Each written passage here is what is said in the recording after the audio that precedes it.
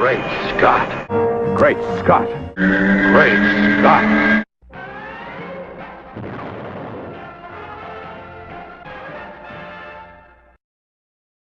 Hello, friends. That's right. If you think Superman Returns was the best Superman movie we're ever going to get, if you think it was better than anything that's come before and anything that could possibly come after, if everything I've been saying over these last few meetings together has gotten through to you to such a point that you believe Superman Returns is the greatest thing you've ever seen, well then, friends, you are wrong.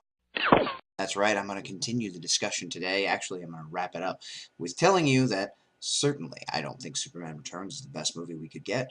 For instance, I think Man of Steel has a chance to be the movie we've all been looking for.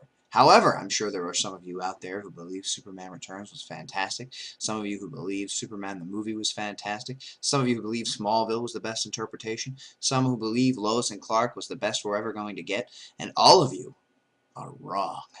I say this because there are many things wrong with every interpretation, and many things will be wrong with every interpretation to come.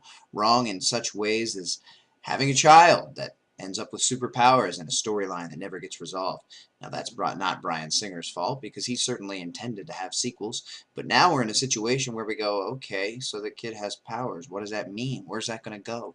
What's that conversation have to do with anything? He just turned into Marlon Brando and said some things Jor-El said in the first movie. The other issue was that Superman Returns was way too connected to the Richard Donner movies from 30 years ago or 40 years ago that people either don't care about, haven't seen, didn't like, or loved, and in any of those situations you're going to mess yourself up trying to measure up to any one of those opinions.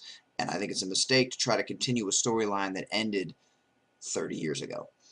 Further, Lex Luthor in those Richard Donner movies was a goofy, campy, silly, corny, unable to be taken seriously villain, and the Bryan Singer movie attempted to visualize him in a similar fashion.